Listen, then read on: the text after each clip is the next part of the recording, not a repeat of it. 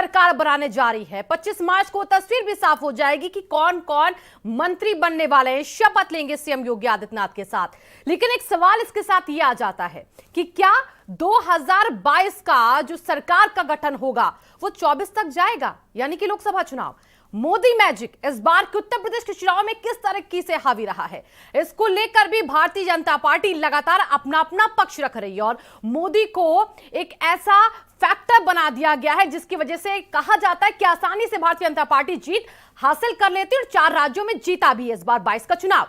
लेकिन अभी भी सवाल यह है कि उत्तर प्रदेश के नतीजे किस तरीके से 24 में भारतीय जनता पार्टी को फायदा पहुंचाएंगे और मंत्रिमंडल का जो गठन होगा वो क्या 24 की झलक होगा। इन्हीं मुद्दों पर चर्चा आज हम करेंगे हमारे खास मेहमानों के साथ। एक एक करके हम उन सभी मेहमानों का आपसे तारुफ करवा देते हैं। शबनम पांडे जी हमारे साथ जुड़ चुकी हैं, बीजेपी की प्रवक्ता हैं। शबनम जी बहुत बहुत स्वागत है आपका। रजा रिजवी जी हमारे साथ जुड़ चुके हैं, वरिष्ठ पत्रकार है। रजा जी आपका भी बहुत बहुत स्वागत। और रजनीकांत मिश्रा जी प्रवक्ता आरएलडी के भी हमारे साथ जुड़ चुके हैं। रजनीकांत जी आपका भी बहुत बहुत स्वागत है। संदीप त्रिपाठी जी हमें ज्वाइन करेंगे कांग्रेस से, तब उनसे भी हम कांग्रेस की जो इस बार निराशा हाथ लगी उसको लेकर चर्चा होगी। सबसे पहले मैं शबनम पांडे जी आपके पास आ रही हूं। क्या इस बार 22 के जो नतीजे हैं वो आपको क्या लग रहा है, और जो मंत्रिमंडल का इस बार आपकी सरकार का गठन होने वाला है वो 24 की झलक होगा? देखिए, जो 22 के चुनाव का परिणाम आया वो निश्चित तौर पे हमारे इस एजेंडे पे हुआ कि सबका साथ, सबका विकास, सबका विश्वास और सबका प्रयास, और एक ईमानदार और दमदार सरकार की वजह से जनता ने हम पर पूरा विश्वास जताया है और जिसका परिणाम है कि एक प्रचंड जीत हमें हासिल हुई है। और इसी तरीके से सरकार अपने सारी योजनाओं को जो विस्तार दे, अपने विकास कार्यों को विस्तार दे, तो एक समावेशी मंत्रिमंडल का गठन होगा जिसमें कि सभी की भागीदारी बराबरी की होगी और साथ साथ जो प्रदर्शन किया पिछले मंत्रिमंडल में, जिन लोगों ने बहुत अच्छा या जिन्होंने संगठन में बहुत अच्छा प्रदर्शन किया, उन सभी लोगों को कहीं ना कहीं इसमें जगह मिलने की आशा है। और मंत्रिमंडल में जातियों के साथ साथ क्षेत्र का भी देखा जाएगा कि किस क्षेत्र में कहां पे कौन सा दमदार नेता है और ईमानदार नेता है, और उनको भी जगह दिया जाएगा।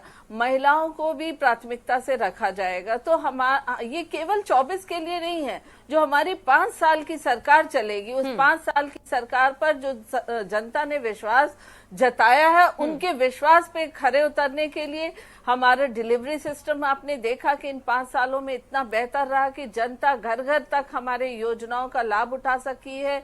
और अगर देखा जाए तो योजनाओं को, विकास की योजनाओं को धरातल पर उतारने का तो कोई भी विकास योजना ऐसा नहीं है जिस पर उंगली उठाया जा सके। तो इस चलिए, मतलब आपका कहना है शबनम जी कि 22 भी हम अब आगे साधेंगे अगले चुनाव तक, 27 तक, और इसी के साथ 24 पे भी तो इसका असर पड़ेगा ही। मैं रजनीकांत जी आपके पास आ रही हूँ।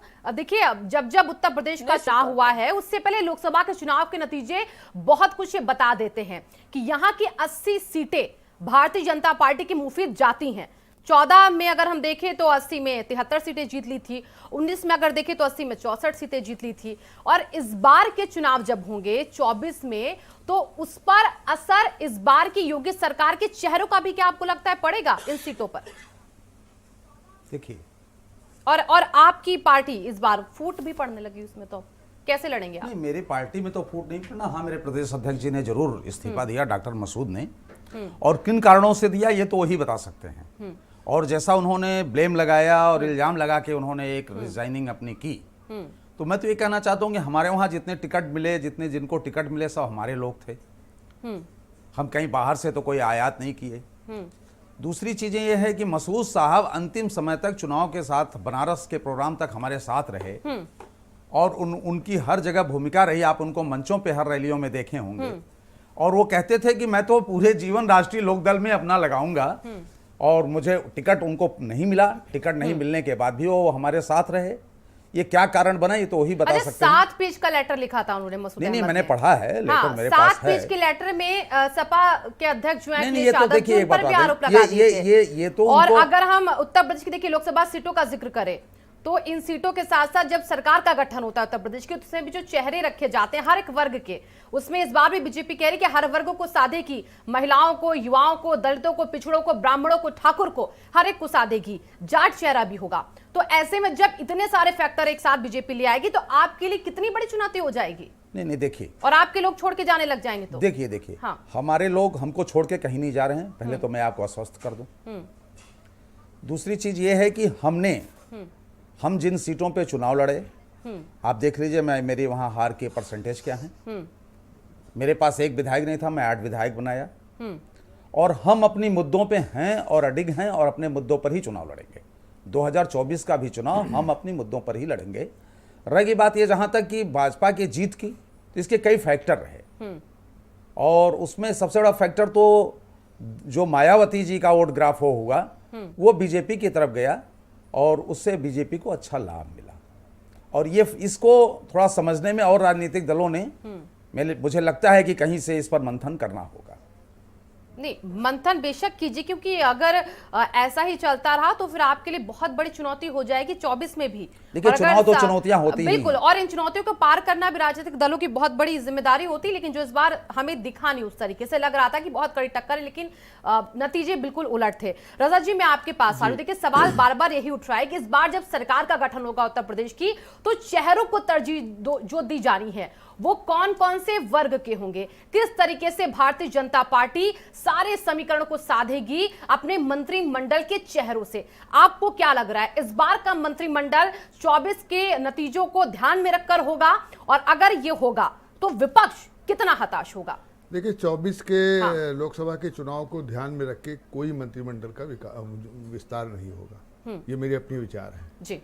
इसलिए विचार है कि हमने देखा है कि भारतीय जनता पार्टी जब चुनाव करीब आता है 6 महीने पहले, तो उसमें मंत्रिमंडल में अपना एक्सरसाइज करके फिर फेरबदल करती है, क्योंकि वो जानती है जो चीज करंट रहती है वो आम जनता को बहुत याद रहती है। जैसे आप जानते हैं 6 महीने पहले सेंट्रल में किया गया, जैसे मोहनलालगंज के जो है कौशल किशोर मंत्री बनाया और दलित समुदाय बलरामपुर से पलटूराम को बनाया।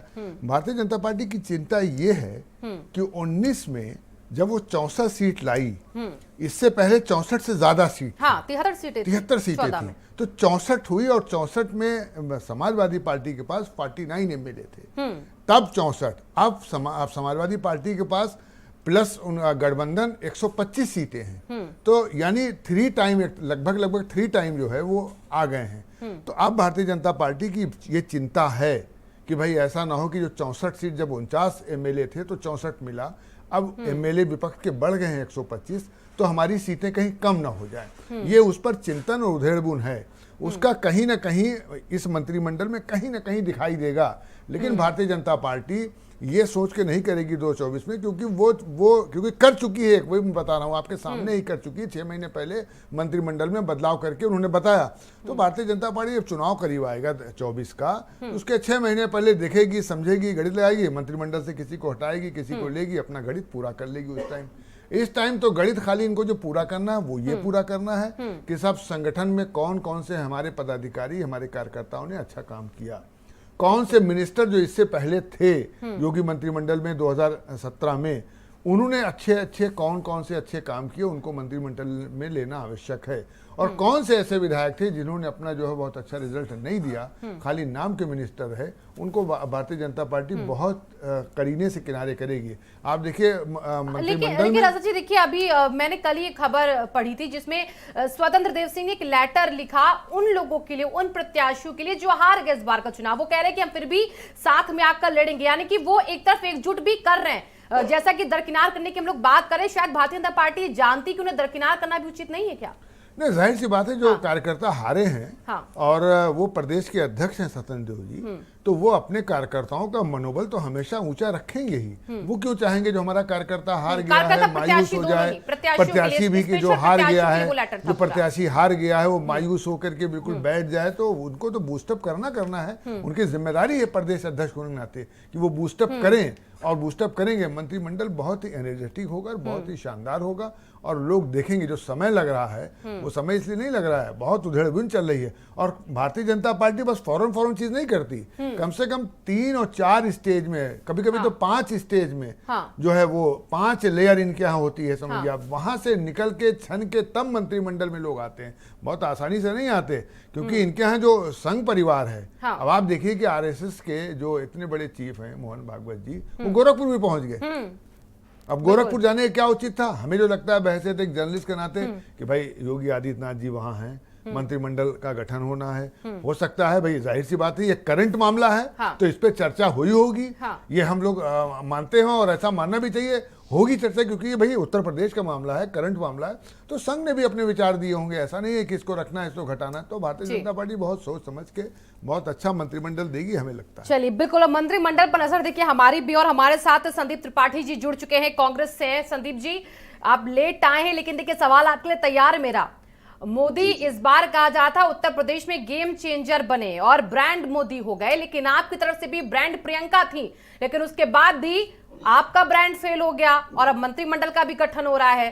कितनी बड़ी चुनौतियां, आप तो एक एक करके सारे राज्य गंवाते जा रहे हैं। जहां तक प्रियंका गांधी जी की बात है, ये एक ब्रांड बहुत पुराना है। कई 3 बार मुख्यमंत्री रहे हैं और बहुत दिन से पॉलिटिक्स में प्रियंका जी भी नई नई आई है। और जिस प्रकार से उत्तर प्रदेश में उन्होंने काम किया और जिस आधार पर कांग्रेस के कार्यकर्ताओं में एक नई ऊर्जा मिली और 401 सीटों पर हमने कैंडिडेट खड़ा किया, ये अपने आप में बहुत बड़ी बात रही। और कम से कम कांग्रेस का झंडा जो है हर विधानसभा में, हर क्षेत्र में जो है लोगों ने देखा 30 वर्षों बाद। तो ये हमारे लिए अपने आप में बड़ी बात रही। और दूसरी बात, देखिए जीतना हारना एक अलग बात है। जनता को लगा कि जो है भाजपा के जो भी एजेंडे थे, जो भी उन्होंने लोक कल्याण संवाद जो भी अपना दिया था, वो जो है जनता को अच्छा लगा, जनता ने विश्वास किया। हम उनको शुभकामनाएं देते हैं। हमने जो टॉप संदीप जी से जुड़ेंगे हम। जी संदीप जी। जी, तो ये मुद्दा हमारा चलता रहेगा। लेकिन हमारे जो देखिए बिल्कुल संदीप जी, आप कह रहे हैं आपके मुद्दे चलते रहेंगे, लेकिन मुद्दों का असर भी होना जरूरी ना। आपकी हालत देखिए क्या हो रही है, 17 में क्या थी, 22 में क्या है, 14 में क्या थी, 19 में क्या है, 24 भी आपके पास है। और अगर इस बार के हम 5 राज्यों के चुनाव देखें तो गोवा जैसे राज्य में आप सरकार बना सकते थे, आप नहीं बना पाए। आप उत्तराखंड जैसी राज्यों में वहां पर सरकार बना सकते थे, आप नहीं बना पाए। उत्तर प्रदेश में आपने प्रमुख विपक्षी दल के तौर पर फाइट की तो भी आपकी सरकार क्या हाल ही बहुत बुरा हो गया। सीटें आप कितनी लाए आपको बखूबी पता है, 2 सीटें लाए हैं। अब बताइए, ये सारे समीकरण अगर आपके साथ रहेंगे और चेहरों का समीकरण जो हम बार बार विपक्षी दल कहते हैं, ब्राह्मण विरोधी, ठाकुर विरोधी हैं, जाट विरोधी हैं, किसान विरोधी, सब कुछ उठाया आपने, सारे कांड गिना दिए, लखीमपुर कांड, हाथरस कांड, लेकिन क्या असर हुआ? अब इससे निपटने के लिए क्या सोचा है आपने, ये बताइए। देखिए जब मंडल कमीशन आया तो मंडल कमीशन के पहले एक जब माहौल बना, उसके बाद मंडल कमीशन से जिनको फायदा होना था उन्हीं को नहीं लगता था कि इससे कुछ होगा, उनके जीवन में कुछ परिवर्तन आएगा, लेकिन वो समझने में टाइम लगा। वैसे ये जो महिलाओं की आज कांग्रेस जो बात कर रही है, आप देखिए कि आज आपके मंत्रिमंडल की चर्चा हो या टिकट का वितरण हो या मोदी जी का देखिए सखी, बैंक सखी और जितनी भी आंगनबाड़ी कार्यकर्तियों को इकट्ठा करके कार्यक्रम करना हो, ये पहले कभी नहीं हुआ। अच्छा। ये जो आवाज उठ रही है, आने वाले समय की राजनीति की धुरी बनने जा रही है। महिलाओं की जो आधी संख्या है और उनके अधिकार क्या है, सीमित है। हमने कोशिश की, ऐसा नहीं है, हमने पंचायत में आरक्षण दिया, हम लोकसभा में आरक्षण बिल लेके आए, वो पास भाजपा नहीं होने दी। तो ये जो मुद्दा है ये हम आगे लेके जाएंगे और राजनीति की दूरी बनेगी। अब आ जाते हैं हम जो अभी आपने 5 राज्य गिनाए। देखिए हर एक पार्टी का एक समय होता है और वो आगे बढ़ती है। भाजपा जो आज इस लेवल में पहुंची है तो आज की अकेले की मेहनत नहीं है। इन्होंने लगभग जो है मान के चलिए 90 वर्ष से ज्यादा संघर्ष किया और उस संघर्ष का परिणाम आरएसएस ने किया। उसके बाद विश्व हिंदू परिषद, बजरंग दल, कितने अनुशांसिक संगठन आरएसएस ने बनाए और उसके बाद भाजपा को 3 नाम बदलने पड़े, कृषक प्रजा पार्टी, फिर जनसंघ और फिर आज भाजपा। तो इतना कुछ होने के बाद अगर आज यहाँ तक पहुंचे हैं तो अगर हम इन्हीं से सीख ले लेते हैं, सत्ता पक्ष में आज है, तो हमें धैर्य बिल्कुल नहीं खोना है। लड़ाई लंबी है, चलिए आप लड़ाई लंबी लड़ाई है। लड़िए, बिल्कुल संदीप जी, लेकिन देखिए लड़ाई लड़ते लड़ते देर ना हो जाए, क्योंकि अब ऐसा लगने लगा कि कांग्रेस सिर्फ पीछे नहीं जा रही, रिप्लेस की जा रही है। मैं आपके जितने भी सवाल थे शबनम जी के पास लेके चलती हूँ। शबनम जी, ये कह रहे हैं कि राजनीतिक धुरी जो है वो मजबूत करेंगे, लेकिन धुरी हिली किसकी है, आपको क्या लग रहा है? देखिए शिवांगी जी, सबसे पहले तो इन्होंने जब ये बयान दिया कि हमने विधानसभा चुनाव में सभी सीटों पे कैंडिडेट खड़ा किया, ये हमारी बहुत बड़े प्रदर्शन इन्होंने अपने को कहा और अपनी काबिलियत बताई इस पर। इसी से साफ लोग तौर कहते पे थे जनता भी कैंडिडेट नहीं समझती मिले। है और आपके दर्शक कि आज सबसे पुरानी पार्टी अपना कैंडिडेट खड़ा करना ही अपने आप में अपनी मजबूती समझती है। ये इतने राजनीतिक इनकी जमीन इतनी खिसक गई है उत्तर प्रदेश से, तो अब इसमें इनको कुछ भी, और जो ये मुद्दा खड़ा कर रहे थे उसकी चर्चा कर रहे थे, इन्होंने अपराध हुआ जो उसका मुद्दा खड़ा किया, सोचा कि शायद सेंटिमेंट्स पे वोट ले लेंगे, पर जनता जानती थी अपराध तो हुआ, लेकिन अपराधियों पे जो शिकंजा हमने कसा उससे जनता हमारे साथ खड़ी दिखी। इन्होंने जो भी योजनाएं रही उसका माखौल उड़ाना चाहा और सोचा शायद जनता हमारे साथ रहेगी, लेकिन जनता जानती थी टैक्स तो हम पहले भी पे करते थे, पर हमारे दरवाजे कोई भी योजना से योजना पहुंचती नहीं थी, जनता लाभान्वित नहीं होती थी। ये धाराशाही हुए वहां पे। आरएलडी कहते हैं कि हमारे पास कोई बाहर से नेता नहीं आया, आयात नहीं हुआ, उसको हमने टिकट नहीं दिया। आयात तो होगा भी नहीं, आरएलडी की भी जमीन वैसी ही खिसकी हुई है। तो देखिए एंटी इनकम्बेंसी होना चाहिए था, लेकिन उसके बावजूद भी हम एक प्रचंड जीत के तरफ बढ़ते हैं, तो इसका मतलब जनता हम पर विश्वास करती है। और जनता मायावती जी की सरकार देखी, अखिलेश जी की सरकार देखी और केंद्र में कांग्रेस की भी सरकार देख चुकी है, और आरएलडी को बिन पेंदी के लोटे जैसा हर तरफ होते हुए भी देखा है। तो जनता का पूरा विश्वास भारतीय जनता पार्टी पे। ये कहते हैं लंबे समय के संघर्ष के बाद भारतीय जनता पार्टी यहाँ पहुंची है। निश्चित तौर पे कोई भी अच्छी जीत पाने के लिए संघर्ष जरूरी होता। हमने आजादी की संघर्ष भी देशवासियों ने लंबे समय तक किया, तो भारत आजाद हुआ। तो भारतीय जनता पार्टी के संगठन ने जनता के बीच में जनता के नब्ज को जानते हुए जो संघर्ष करके आज स्थान पाया और जनता के दिल में जो स्थान पाया है, ये सबसे ज्यादा। चलिए आपकी बातों का जवाब संदीप जी देना चाहते हैं। संदीप जी आप बोलिए, फिर मैं रजनीकांत जी के पास चलती हूँ। जी देखिए शबनम जी, एक बात और कहना चाहती हूँ। अखिलेश जी ने एक बात और, शिवांगी जी, अखिलेश जी ने इस चुनाव से पहले कह दिया था अगर ये चुनाव हम हार गए तो कभी नहीं जीतेंगे, तो वो हार चुके हैं। अब उनके कार्यकर्ता का मनोबल निश्चित तौर पे कम हो गया। वो समझते हैं कि अब हम कभी भारतीय जनता पार्टी को हरा नहीं पाएंगे। चलिए संदीप जी, जो आपसे रिलेटेड कई सवाल दाग दिए कांग्रेस पार्टी से शबनम जी ने, जरा उनके जवाब एक एक करके। देखिए शबनम जी ने एक बहुत अच्छी बात कही, लेकिन एक चीज मैं जानना चाहता हूं। अभी आपने कांग्रेस मुक्त और कांग्रेस की दुर्दशा की बात की। आप उत्तर प्रदेश के चुनाव में 2-3 महिलाओं की खूब चर्चा रही, एक अर्पणा यादव जी, एक प्रियंका मौर्य जी और रीता बहुगुणा जोशी जी। ये तीनों भाजपा के नहीं है। मतलब आप समझिए कि आपके पास है क्या? आप उधार की पार्टी, उधार के नेता आपके पास है, उधार की आइडियोलॉजी है, उधार के आदर्श नेता है। श्यामा प्रसाद मुखर्जी को आप नहीं ये जितने नेताओं का नाम ले रहे हैं ये भारत के उत्तर प्रदेश के नेता हैं और शिवांगी जी इनको शांत कराइए। एक तो इनकी आदत यही है, ये पूरी डिबेट वो अपने परिवार चलाते हैं, इसलिए वो राष्ट्रवाद। सारी सवाल आप इकट्ठा कर लीजिए, मैं जवाब दूंगा। परिवारवाद जो भी आपका सवाल हो, मैं सारे के जवाब देने के लिए बैठा हूँ। आप तो जवाब दे बनेंगे नहीं, सत्ता पक्ष में होते हुए भी आपसे विपक्ष की आदत है, इतनी दिन की जाएगी नहीं, समय लगेगा। ठीक है, फिर आपको विपक्ष में ही भेजेंगे, चिंता मत करिए। देखिए अभी एक तो मैंने जो बात कही, ये आप इनकी बौखलाहट से आप समझिए कि मैं सही कह रहा हूँ। देखिए इनको जब आदर्श नेता की आवश्यकता पड़ती है, सरदार वल्लभ भाई पटेल की तरफ देखते हैं, लाल बहादुर शास्त्री जी की तरफ से देखते हैं, जबकि वो अमित शाह जैसे आज गृह मंत्री है, वैसे ही सरदार वल्लभ भाई पटेल जी गृह मंत्री थे। ये बात भूल जाते हैं। आज जब 370 पर बिल पेश करते हैं अमित शाह जी, कल को इतिहास पढ़ा जाएगा तो क्या ये कहा जाएगा कि अमित शाह जी बिल पेश किए और मोदी नहीं चाहते थे? ये गुमराह करने वाली जो पॉलिटिक्स है, ये आरएसएस करती रही। इसका हमें काउंटर करना है। हमने समय के साथ एक जो ये जिस तरीके की राजनीति कर रहे हैं, हमने इस राजनीति को कभी छुआ नहीं। हमने संवैधानिक संस्थाओं का इस्तेमाल नहीं किया, हमने मीडिया को पूरी आजादी दी, हमने उसको किसी भी आर्थिक रूप से दबा के गुलाम बनाने की कोशिश नहीं की। जो है इमरजेंसी में हमसे गलती हुई उसको हमने सार्वजनिक रूप से हमारे सारे नेताओं ने गलती मानी, लेकिन आज क्या भाजपा गलती नहीं तो मानेगी? आप संदीप जी इस बार क्या जातिगत फैक्टर को साधने की कोशिश नहीं कर रहे थे क्या? नहीं, बिल्कुल नहीं। अगर ये किया होता तो हम चुनाव जीतते। मैं था, मैं एसडीजी कमेटी में था। महिला फैक्टर को नहीं साधा आपने? नहीं, महिला फैक्टर जाति नहीं है। नहीं, मैं ये पॉइंट गिना रही हूँ, क्योंकि इन मुद्दों पर बहुत चर्चा हुई है। ये तो अपनी जमीन ढूंढ रहे थे। समझ जी, कोई फैक्टर क्या साथ पाते? महिलाओं के कंधे पे राजनीति करना चाह रहे थे, पर महिलाओं के साथ भी मतलब महिलाएं क्या कंधा इतना कमजोर है क्या? आप महिलाओं की क्या कमजोर समझती है? ये भाजपा की विचारधारा से निकलिए, आरएसएस की विचारधारा से निकलिए।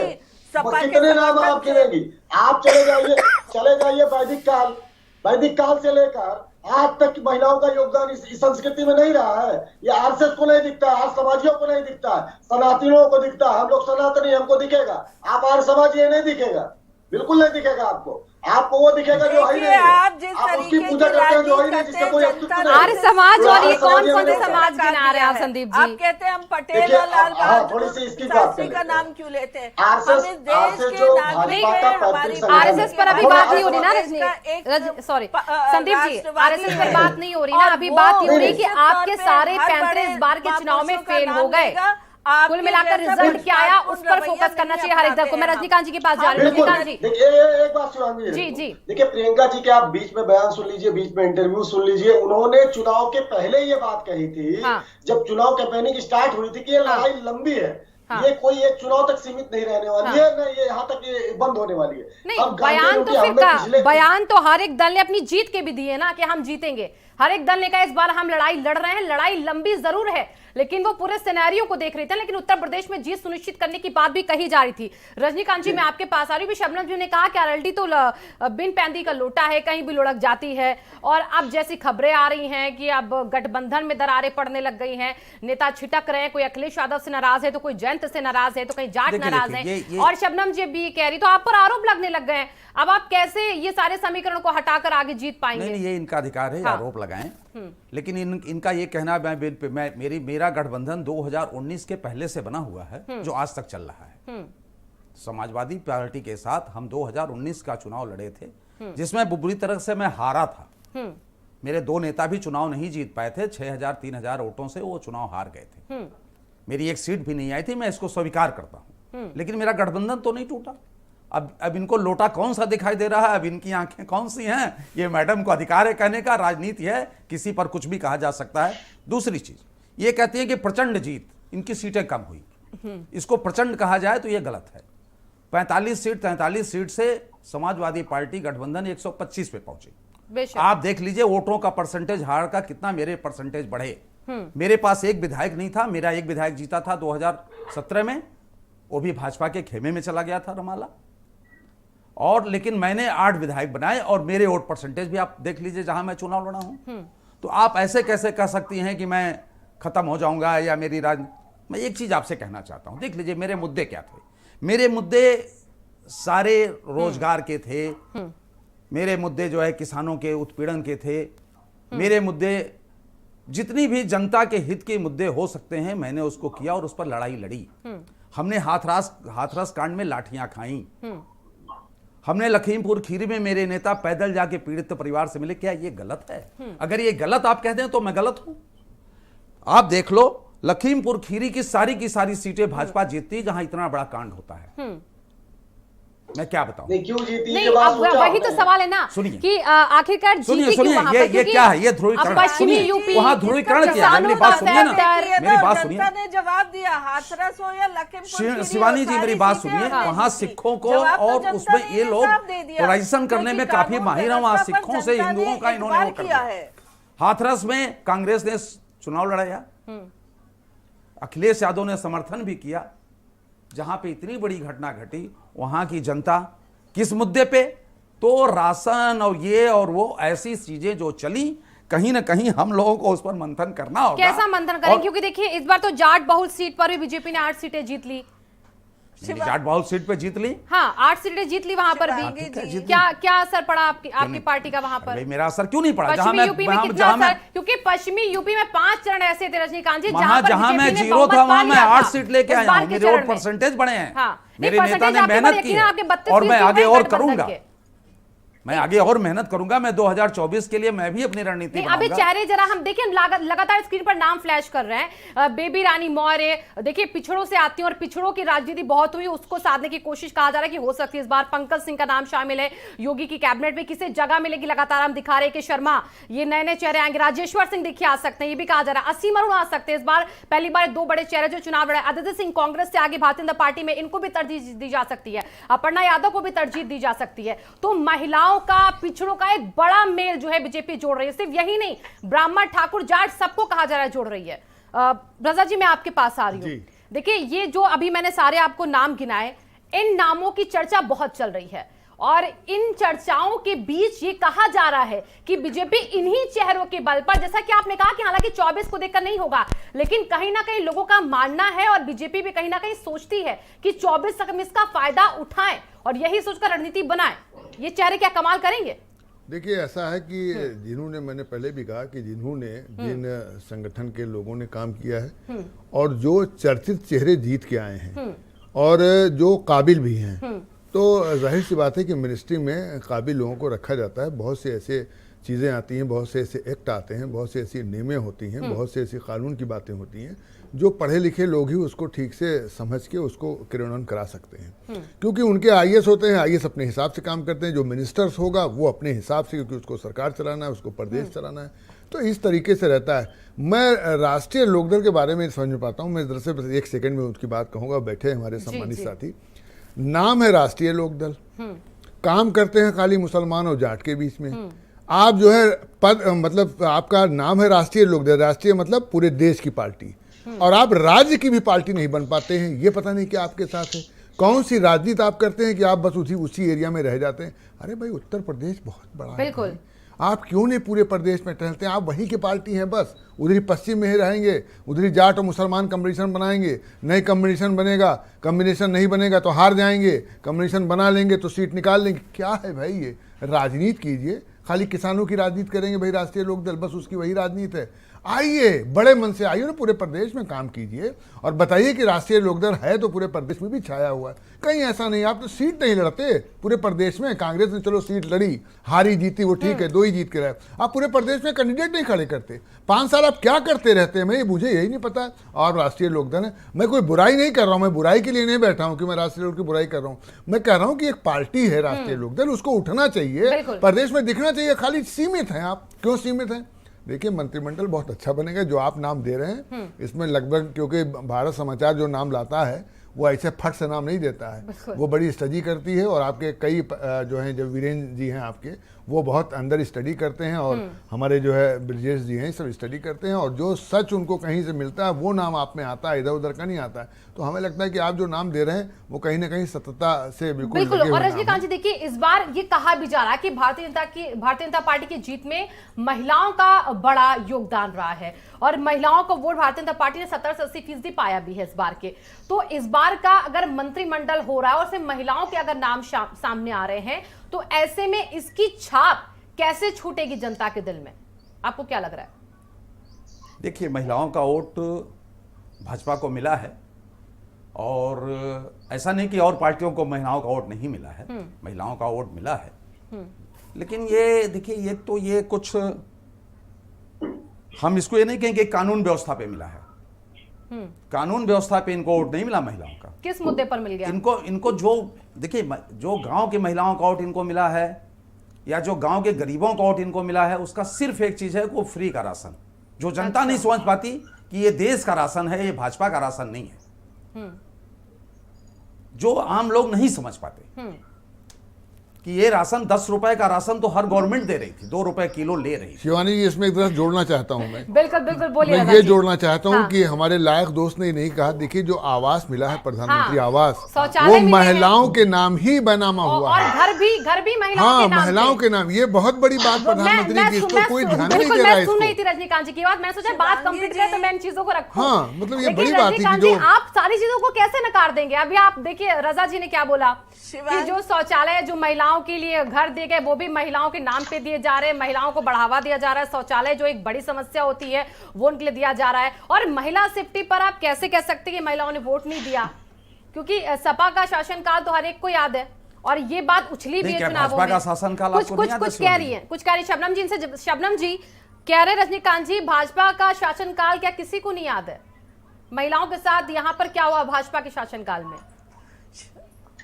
मैं सरवण जी के साथ डिबेट कर चुका हूँ इस पे, पहले भी कर चुका देखिए हूँ। सपा हाँ। के शासनकाल में क्या हुआ ये याद करने की जरूरत है, क्योंकि महिलाएं कहीं ना कहीं हमारे साथ रहीं और कानून व्यवस्था पर भी हमारे साथ रहीं। क्योंकि जब मीडिया चुनाव के दौरान महिलाओं से पूछता था तो वो कहती थी कि आज हमारी बहू बेटियां सुरक्षित हैं, तो कानून व्यवस्था पर भी गई। और ये राशन को लेकर बार बार विपक्षी दल जो टिप्पणी करते हैं, देखिए मैंने शुरुआत में ही कहा ये टैक्स का पैसा पहले भी आता था, ये देश का पैसा, प्रदेश का पैसा पहले भी होता था, पर वो राशन कहाँ जाता था? 40 लाख फर्जी राशन कार्ड कैसे हमने निकाला और निरस्त किया, इस पर प्रश्न चिन्ह है। इस पर ये जितनी विपक्षी पार्टियां हैं कभी भी जनता के बीच गई नहीं, ये नहीं कही कि हमें माफ करिए, हमने अपने कार्यकर्ता, अपने परिवार और माफियाओं को राशन बांटा था, अब जो है जनता के बीच राशन हम देने की कोशिश करेंगे, ये नहीं बोले। इनके 300 यूनिट को जनता ने निरस्त कर दिया कि 300 यूनिट मुफ्त देंगे। जनता जानती है कि जो शासनकाल में रहते हुए बिजली बराबर पारदर्शी तरीके से और बराबर तरीके से जनता और प्रदेश क्षेत्रों में नहीं बांट सकी, वीवीआईपी क्षेत्र बनाने लगी, वो जनता को राशन क्या बांटेंगी, वो जनता को आवाज क्या देंगी? और महिलाएं, हमने हर योजना में महिलाओं को प्राथमिकता से रखा। जी आ रही हूँ मैं राशन की संदीप जी दुकान आपके पास। 25% महिलाओं को देने की बात की, तो कहीं ना कहीं महिलाओं को सशक्त किया, सामाजिक तौर पे, शैक्षिक तौर पे, आर्थिक तौर पे और राजनीतिक तौर पे भी हमने महिलाओं को सशक्त चलिए संदीप किया। जी मैं आपके इसलिए पास आज आ रही हूँ हमारे भारतीय जनता पार्टी के लिए कि महिलाओं को तो हमने चुनाव सशक्त लड़के किया आने है वाली सशक्त और आप महिलाएं जो हैं यहाँ पर हमारे 144 महिला प्रत्याशी उतारते हैं उसका आपको कोई फायदा ही नहीं मिला है, क्योंकि लगातार कांग्रेस कह रही थी कि हमारे 40% टिकट जो है वो महिला प्रत्याशियों के पास जा रहे हैं, महिला प्रत्याशी हमारी खड़ी हो रही, लेकिन मैजिक कुछ नहीं चला, सारे पैंतरे, सारे दाव पेच आपके फेल हो गए। देखिए हमने कहा और करके दिया भी। हाँ ये किया बात आप आपने, समझिए। रिजल्ट की बात, जी, रिजल्ट की बात हो रही है। पर चुनाव लड़ाया नहीं मजबूती से। अच्छा तो आप शबनम जी आ जाइए, महिलाओं की मजबूती के लिए इतना तो कर ही सकती है पार्टी छोड़ के, नहीं आप बाहर से मदद करिए, महिलाओं के लिए इतना तो कर ही सकते हैं। देखिए मैं उसी पार्टी में रहूंगी जो राष्ट्र और प्रदेश की चिंता करती है, उनके विकास की चिंता करती है, ना कि एक परिवार विशेष की चिंता करे। शबनम जी बहुत आपके साथ बहुत डिबेट किया, आपने बोला इसलिए जवाब दे रही हूँ। ये तरीका गलत है आपका। आप मुझसे बड़ी है, मैं कई बार कहता हूँ कि दीदी कम से कम छोटों को भी बोलने दिया करिए। देखिए अभी 3-4 बातें निकल के आई, अभी हमारी जो दीदी ने बोला कि जो है भाजपा ने महिलाओं को सशक्तिकरण करने के लिए बहुत सारी चीजें की। आप महिला बिल सदन में पड़ा हुआ है, उसको क्यों नहीं पास कर देते हैं? पास कर दीजिए।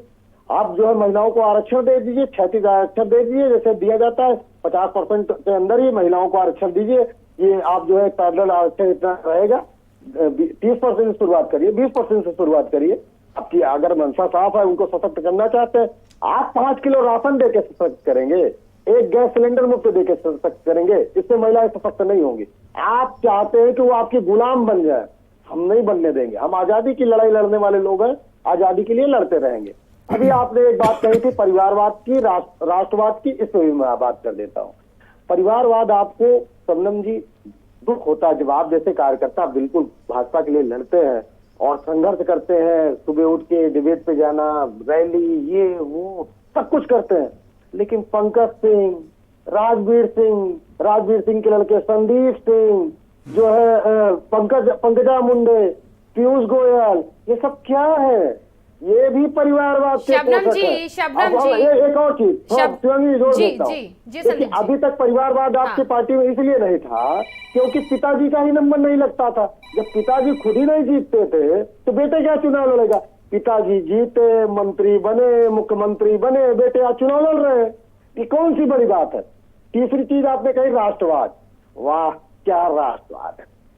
मतलब देखिए, इतना बड़ा राष्ट्रवादी पार्टी, राम राम राम राम, मतलब इतने राष्ट्रवादी है कि वो एनडीसी बेच डाला, इतने राष्ट्रवादी है कि लाल किला बेच डाला, इतने राष्ट्रवादी है कि 200 स्टेशन बेच डाले, इतने राष्ट्रवादी है कि एयरपोर्ट सारे बेच डाले।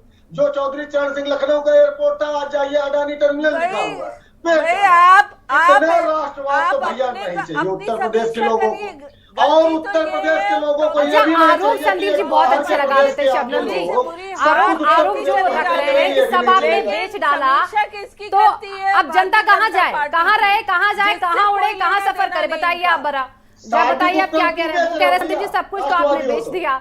जरा तथ्यों के साथ बताइए आपने क्या बेचा, क्या छोड़ा? पहुंचाने पर योगी जी उसको सम्मान भेजते हैं, यूपीए जेल सरकार भेजते रहने पे हैं, ये सरकारी जितने संपत्ति को चीजों का नुकसान नाम ले पहुंचाने रहे हैं, पर। तो उनको घाटे सरकारी में संपत्ति पहुंचाने का बेचने काम किया पर इन्होंने। मोदी और इनके योगी को जेल नेताओं क्यों नहीं जाना ने चाहिए? केवल आप बताइए। उन संस्थाओं से मलाई खाने का काम किया, और अरे जो बनाया हमने है। लाभ में चल रही थी दहेज में किसी के शादी में नहीं आई। नुकसान में पहुंचाया समझिए, यूपीए सरकार ने। हमने आज मेहनत हम से इस उसे देश की मजबूत जनता कर के रहे सहयोग हैं, से क्योंकि बनाया है। जनता को- हमारा खून पसीने जनता लगा है को उसमें। सुविधा देने के लिए इस कहीं न देश कहीं के हमारे संस्थाएं बुजुर्गों का मजबूत खून होनी पसीने का चाहिए। पैसा है और वो। शायद इसी से इन्हें पीड़ा हो रही है।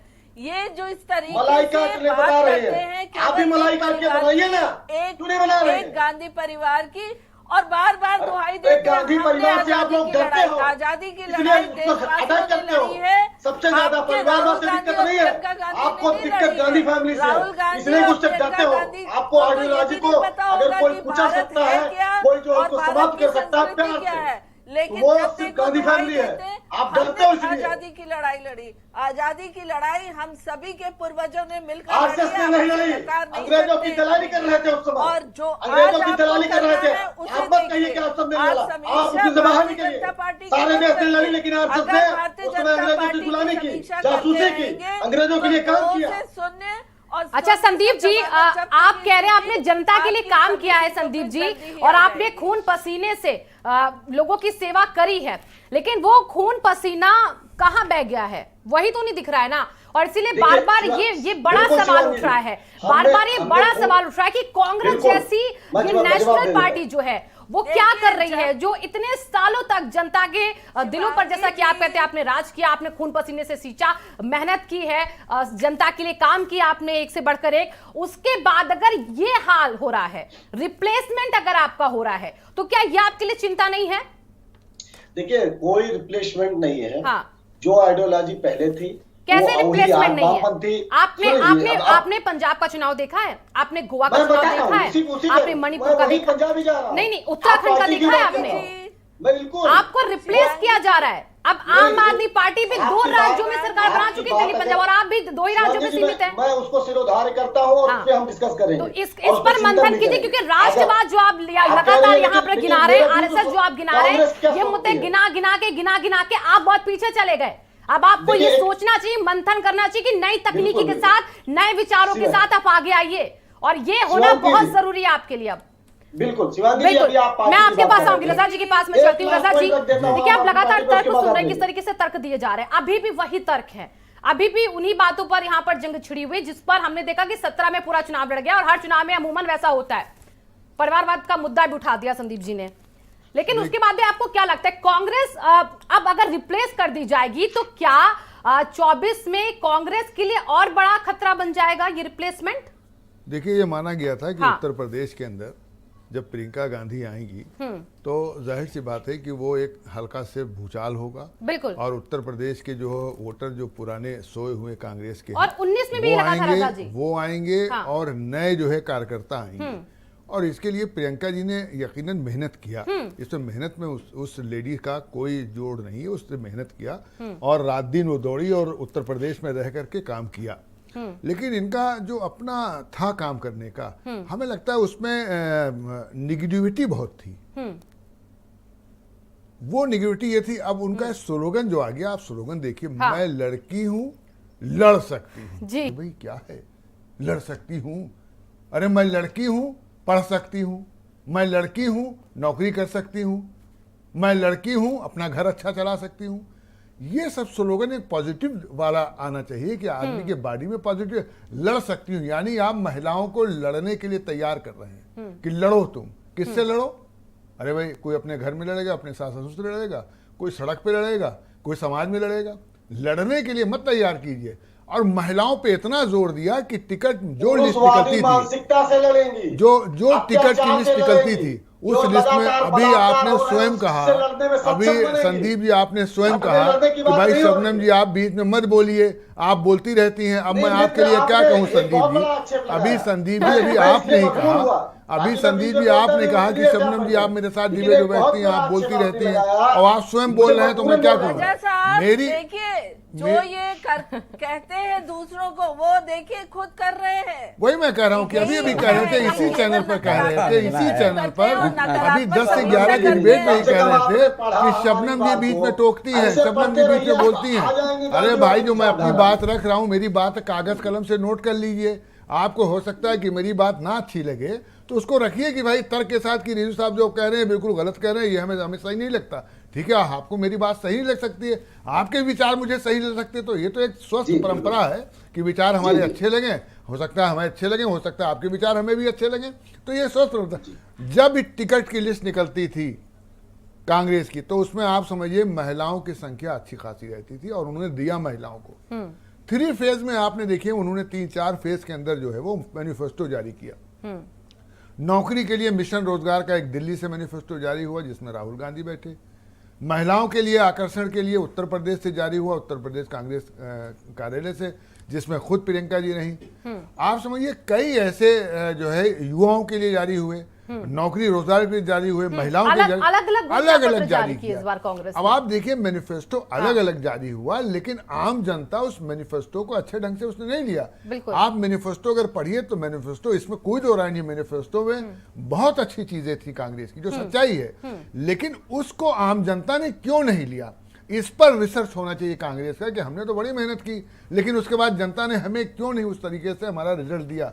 ये अगर ठीक, अभी आप मंथन कर रहे हैं दिल्ली में बैठ के, अभी आप चिंतन कर रहे हैं, आप उनका इस्तीफा ले रहे हैं जिनको आपने उत्तर प्रदेश में पावर नहीं दिया था, न टिकट बांटने में पावर दिया, न कहीं मीटिंग में। और लल्लू का इस्तीफा आप मांग रहे हैं, जितने राज्य के हैं उनका इस्तीफा मांग रहे हैं। भाई लल्लू क्या काम करते थे? हम लोग उत्तर प्रदेश के रहने वाले हैं, बेचारा हर आंदोलन में रहता था। हमारा तो बेटा कहता था कि पापा इनका तो गिनीज बुक में नाम होना चाहिए लल्लू जी का, कि हर प्रदर्शन के अंदर पुलिस उनको टांग लेती है। हर टीवी पे हम लोग देखते थे पुलिस टांगे हुए प्रदर्शन में रहते थे, काम करते थे। लेकिन जब टिकट बांटने का अख्तियार आया तो उसको आपने दिया ही नहीं, पावर ही नहीं दिया, आपने खुद अपने पावर रख लिया, फिर उसके बाद उसको हटा रहे हैं। तो ये सब मंत्रणा, आपके मंथन चिंतन पार्टी में बहुत जिम्मेदारी से होना चाहिए। इतने कांग्रेस में लीडर पड़े हैं, कांग्रेस में लीडर ही नहीं है।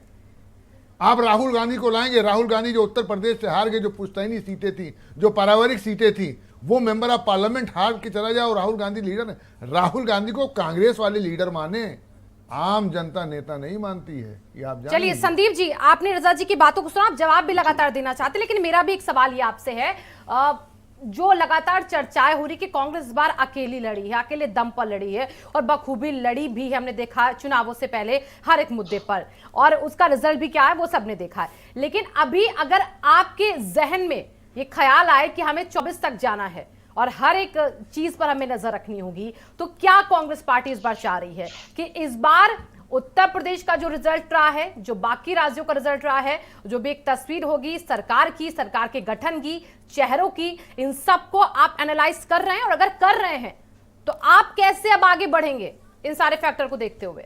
एक लाइन में इसका जवाब, फिर आगे अपना जवाब दीजिएगा। देखिए, 2 चीजें, एक तो हमारे मित्र ने जो बात कही हमारे वरिष्ठ पत्रकार ने उस पे, और जो आपने बात सवाल किया, अभी आपने कहा कैसे आगे बढ़ेंगे। देखिए, आज जो जनता के बीच में परसेप्शन था, वो 2022 के चुनाव में आपने भी सर्वे आपके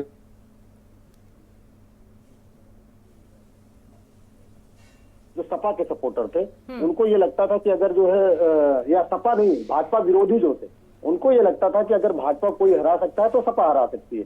तो ये जो राजनीतिक दलों का ध्रुवीकरण हुआ, दो तरीके से लोग बटे, उसमें हमको वोट कम मिला। लेकिन वही लोग ये बात कहते थे कि 2024 में कांग्रेस रहेगी, अब की बार सपा को देखेंगे और 2024 ये आम धारणा थी। लेकिन आप अपने 24 में रहने के लिए संदीप जी आपको राज्यों में भी तो अच्छा परफॉर्म देना होगा ना।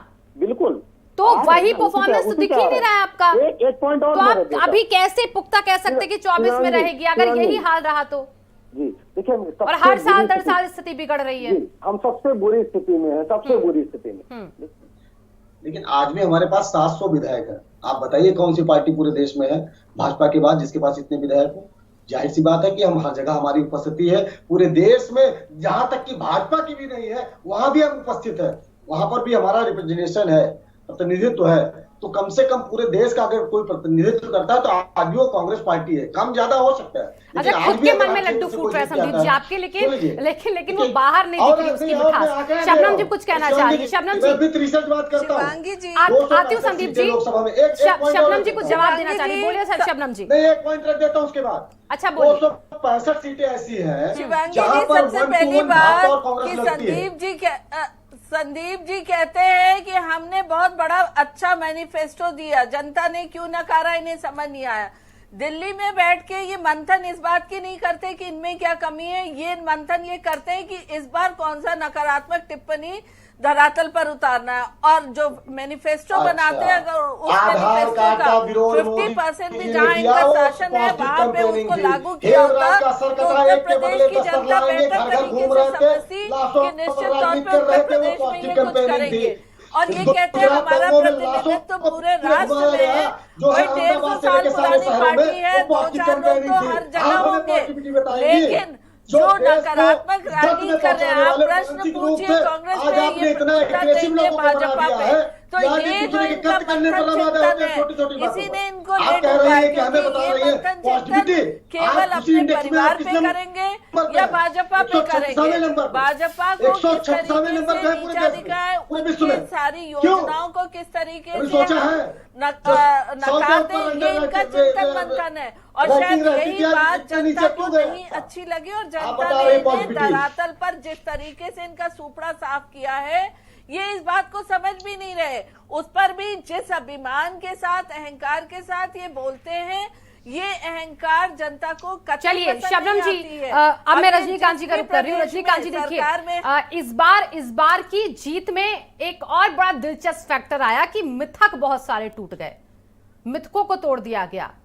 आपकी गठबंधन में सपा अध्यक्ष अखिलेश यादव क्या कहते थे, जो नोएडा जाएगा वो सीएम नहीं बनेगा।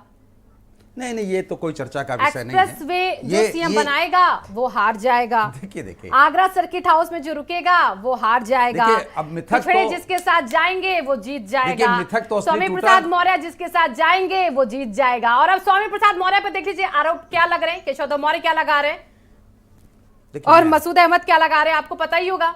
देखिए राजनीति है, राजनीति में परमानेंट दोस्त और दुश्मन ढूंढना बड़ा मुश्किल काम है। अच्छा, आप ये एक बात तो आप जान लीजिए, कांग्रेस राजनीति में परमानेंट दोस्त और दुश्मन ढूंढना बहुत मुश्किल काम है और जूनियरिटी सीनियरिटी भी ढूंढना बहुत मुश्किल काम है। ये दो चीजें बहुत मेरे नेता चौधरी अजीत सिंह जी भी कहा करते थे। आप देख लीजिए, मैं कहना नहीं चाहता, रीता बहुगुणा जोशी जी का बेटा सपा में चल जाने के लिए उतावला था। ये क्या है? आज शबनम जी बैठी हैं, ये उन्हीं के खेमे से की हैं, रीता बहुगुणा जी के साथी हैं, जहां जहां रही हैं।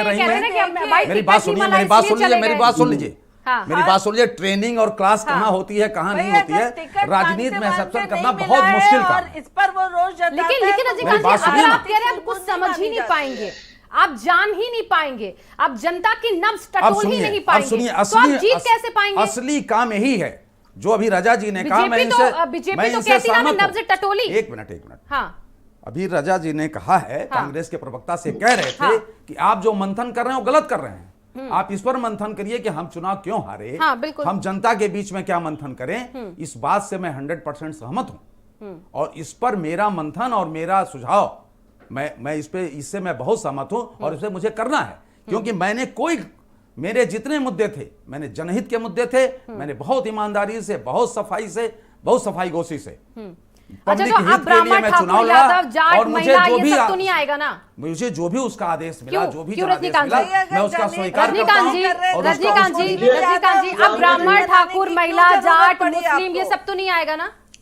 देखिए, अभी आप कह रही थी हाँ कि अभी मंत्रिमंडल बन रहा है, हाँ, नहीं, सभी मैं- जातियों को मैं- साधने मैं के लिए क्या बन रहा है, मैं क्या आपसे- कह रहे हैं मैं आपसे सवाल आप दोनों करेंगे, सवाल क्यों नहीं आप कर अब ये नहीं लाएंगे ना, क्योंकि इन सब बातों को तो नकार रहे? दिया हम तो ना। पहले भी नहीं लाए। अरे कैसी बात कैसी कर बात रहे क्या हैं आप? करते हैं? कैसी मेरे बात कर एक रहे हैं मिनट आप? मैं 2000 प्रदर्शन को प्राथमिकता पे जा- रखेगी शिवांगी- और समावेशी शिवांगी, सुन लीजिए मेरी एक बात। बनेगा। हाँ। युवा, मैं अपनी एक बात बता रहा बुजुर्ग, महिला सब रहेंगे। सबनम और जी, सभी मेरी बात सुन जाति लीजिए। क्षेत्र के लोग रहेंगे। मुझे हमने जाट का किसी नेता एक कहा जाति गया। का नाम नहीं लिया। सुनिए, मेरी बात सुन लीजिए कि मैं जाट की पार्टी हूं।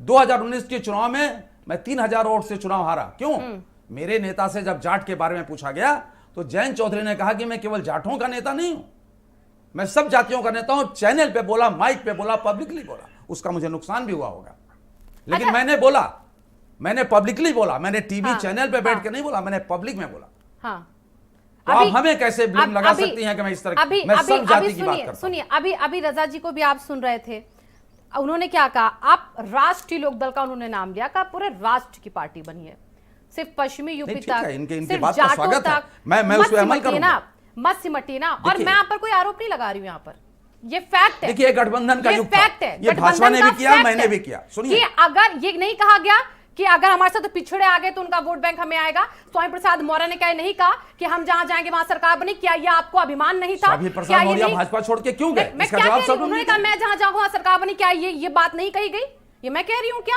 ये आपके गठबंधन के लोग कह रहे हैं ना, और अब उन्हीं पर आरोप लग रहा है।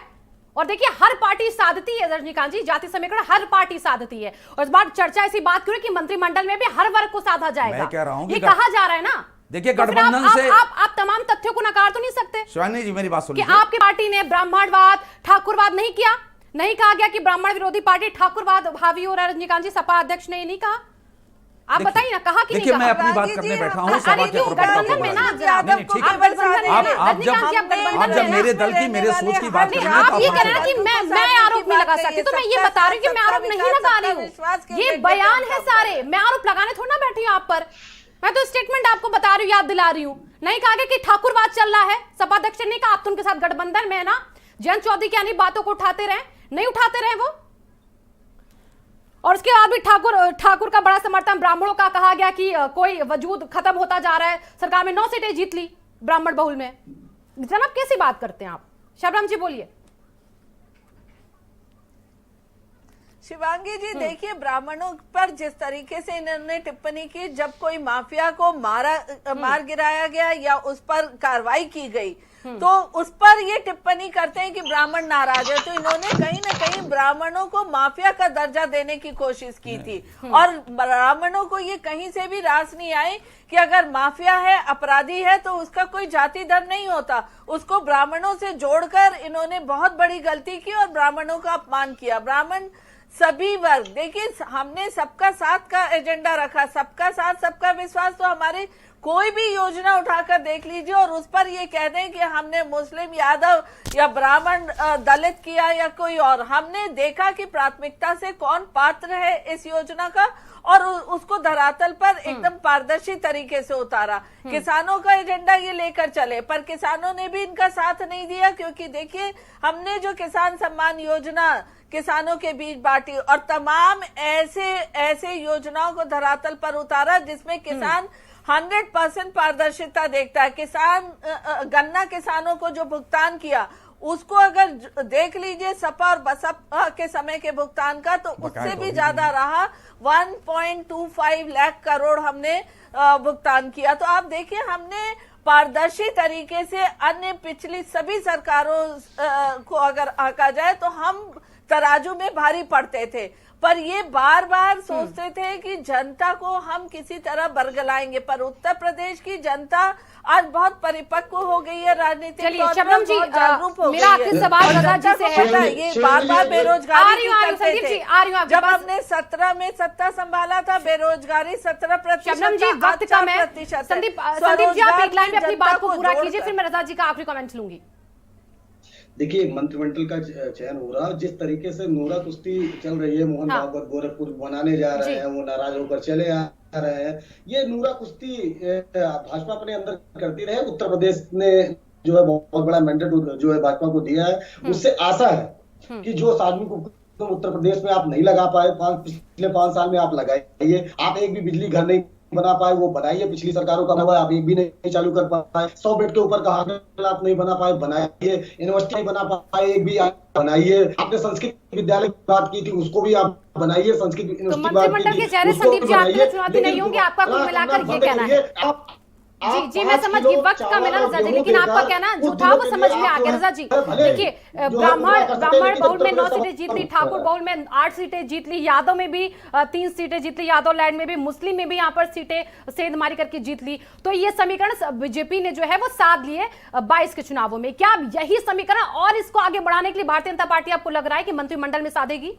देखिए, भारतीय जनता पार्टी ने बहुत से मुगालते लोगों को खत्म किए हैं। हाँ, जैसे ये मुगालता 2 चुनाव में खत्म हुआ। पहले ये माना जाता था कि मुसलमान घर वोट दे देगा, वो पार्टी जो है वो जीत जाएगी, तो लोग मुसलमान एक गोल हो जाते थे। लेकिन भारतीय जनता पार्टी ने मुगालता खत्म किया कि भाई मुसलमान अभी ना समझे कि वो जो है वो किंग मेकर टाइप का है, वो बिल्कुल अलग हो गया। तो भारतीय जनता पार्टी के जो स्लोगन है, सबका विकास, सबका विश्वास, सबका प्रयास, ये जो स्लोगन है, ये स्लोगन उनका बहुत समझदारी का स्लोगन है। और उसका असर देखे दिखा, कब दिखा? सरकार जब बन गई, जो चीज बंटने वाली हुई, जब उन्होंने बांटा, तो मुसलमानों ने चढ़ के कहा कि नहीं, हमको भी मिला है भाई, चाहे आवास हो, चाहे उज्ज्वला योजना हो, चाहे इज्जत घर हो, और चाहे जो ये खाद्यान्न योजना बटा है। ऐसा नहीं है कि मुसलमानों को नहीं मिला। सरकार बनने के बाद वोट लेने की उनकी स्टाइल जो है वो अलग है, लेकिन काम करने की स्टाइल भारतीय जनता पार्टी की अलग है। वो सभी जात बिरादरी में ही काम करना चाहती है, वो करती है। और ये मिथक तोड़ दिया अब कि वो साहब जाट और मुसलमान मिलेंगे तो वहां पश्चिम में बहुत बन जाएगा। और डर लग रहा था लोगों को कि भाई ये डर लग रहा था, इसमें कोई छुपने की बात नहीं है कि साहब अखिलेश जी और जयंत वहां मिल गए हैं तो भारतीय जनता पार्टी। चलिए रजा जी, बिल्कुल सही कहा आपने कि सारे मिथक टूटे, और इस बार की सरकार से बहुत उम्मीदें हैं जनता को। आज सभी चारों मेहमानों का बहुत बहुत धन्यवाद यहाँ आने के लिए। और इस बार की राजनीति कितनी अलग होगी उत्तर प्रदेश की, किस तरीके से मंत्रिमंडल में चेहरों को तरजीह दी जानी है, किन चेहरों को लाकर समीकरण साधने की कोशिश होगी, क्षेत्रीय संतुलन और किस तरीके से जो जातीय संतुलन है उनको साधा जाएगा, इस पर हर एक की नजर है। बहुत बहुत धन्यवाद।